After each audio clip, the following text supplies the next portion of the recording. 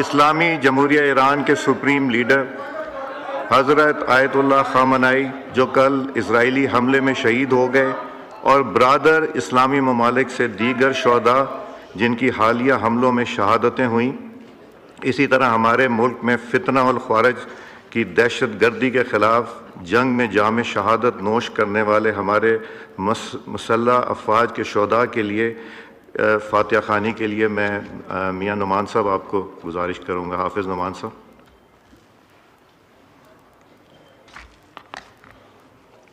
Mic کھولیے۔